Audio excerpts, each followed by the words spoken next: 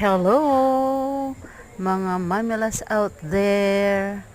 Ayan ang ating masarap at super juicy na pomelo or suha. Ayan, fresh from the tree.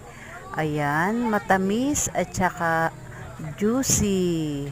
Ayan, binabalatan natin mga mamila dyan ang ating prutas. Napakasarap ng prutas na ito.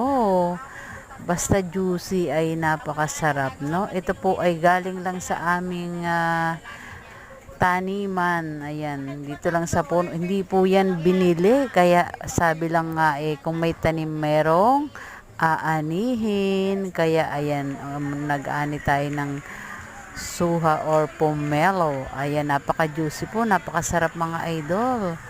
Ayan, thank you for watching always and God bless.